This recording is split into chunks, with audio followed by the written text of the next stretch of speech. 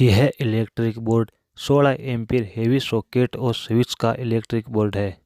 इसके साथ में इंडिकेटर और फ्यूज लगा हुआ है। दोस्तों, वीडियो शुरू करने से पहले चैनल को सब्सक्राइब जरूर कर देना।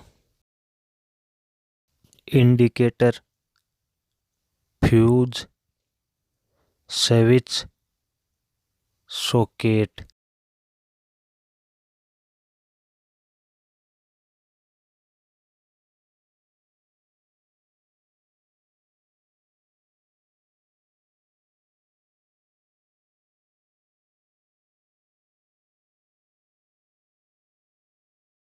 फ्यूज से एक करंट का वायर लेके इंडिकेटर के साथ जोड़ना है और इंडिकेटर से एक करंट का वायर लेके स्विच के साथ जोड़ना है।